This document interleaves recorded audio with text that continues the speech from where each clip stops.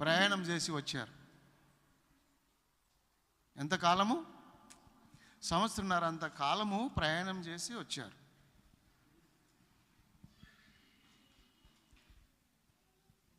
ఎంత సమయం ఖర్చు పెట్టారు ప్రభువు కంటే?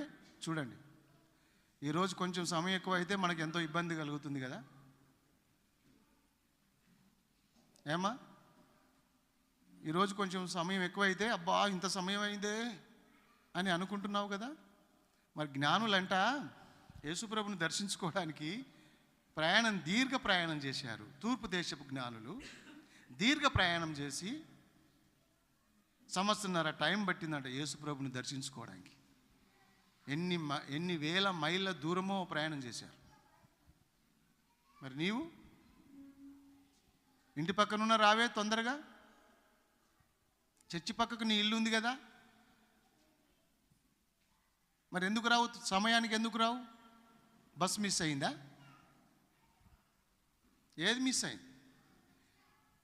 నువ్వే మిస్సు, మొదటి మిస్సే నువ్వు. టైం రావాలి కదా, మందిరానికి టైం రావాలి కదా, క్రమమే కదా దేవుడు